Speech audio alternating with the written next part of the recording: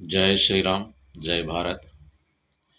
ప్రతి తల్లిదండ్రి నా కొడుకు మంచి చదువుకోవాలి, మంచి జాబ్ చేయాలి, డాక్టరు, లాయరు, ఇంజనీరు కలగంటారు. మంచిదే.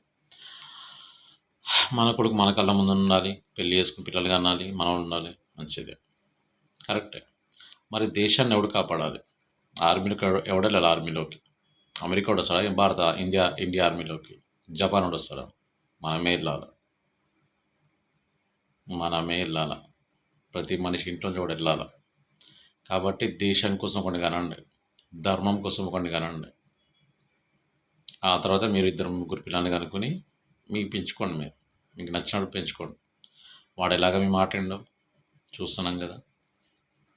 సో మీ ప్రేమలో ఆలు పెట్టుకోరు. ఒక ఇద్దరిని కనండి మీకోసం, ఇద్దరిని దేశం కోసం కనండి. ఒకటి ఆర్మీకి, ఒకటి ధర్మానికి. ఆర్మీ లేకపోతే దేశం నిలబడదు. చుట్టుపక్కల ఉన్న దేశాలు దండయాత్రలు చేస్తాయి, నరికేస్తాయి, చంపేస్తాయి. జరుగుతున్నాయి, ఎప్పటికి జరుగుతూనే ఉంటాయి. చాలా దేశాలు రూల్ అది.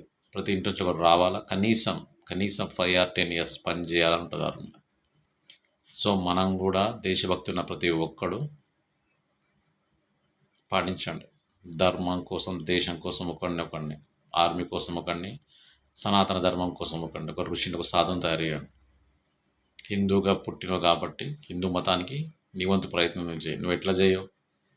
నీ బతికెట్లా? నీకు తినడానికి 4 గదుల మధ్యలో జాబ్ చేసుకోవాలి, డబ్బు సంపాదించాలి, పెళ్ళి పిల్లలు చచ్చిపోవాలి. ధర్మం కోసం కూడా కనండి, దేశం కోసం కూడా కనండి. ఆలోచించండి. దేశం ఏం జరుగుతుందో చూడండి. జై శ్రీరామ్.